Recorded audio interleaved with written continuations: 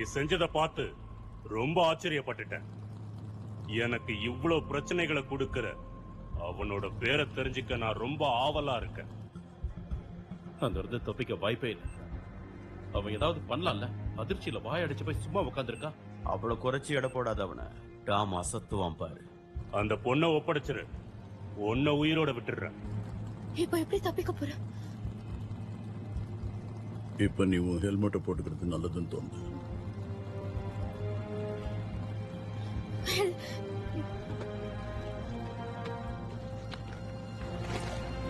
டிரைவருக்கு குறி வைங்க.